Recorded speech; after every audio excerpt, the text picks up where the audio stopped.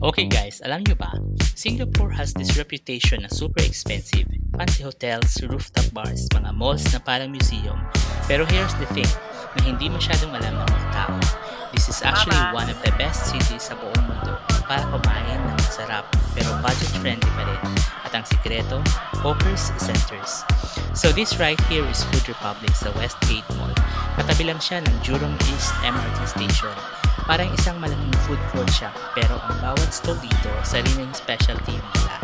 Minsan, isang pamilya lang ang nagtatakbo, at minsan isang tao lang talaga. Pero piniperfect niya ang isang dish for years, kung hindi man decades. At ang presyo, grabe, super mura.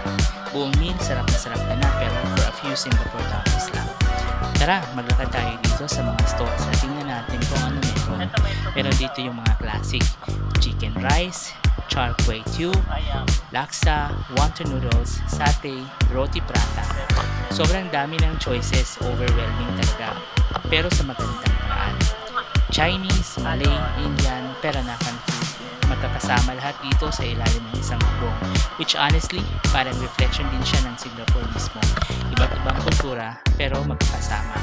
At tingnan nyo to, isang full plate ng noodles or rice. May meat, may veggies, tapos 4 to 5 Singapore dollars lang yan. I-compare mo yan sa isang sit-down restaurant. Pwede kang gumastos ng 20 or 30 dollars or more for the same quality of food. Yan ang magic ng Hawker food. At hindi lang siya about sa presyo ha. Malalim talaga ang culture dito. Yung hawker culture ng Singapore, kinilala pa nga siya ng UNESCO as an intangible cultural heritage. Ibig sabihin, ang mga stalls na to, generations na ang lumipas, yung pasa-pasa ang recipe, at hindi lang ito para sa mga turista. Ganito talaga kumain ang mga local sa araw-araw.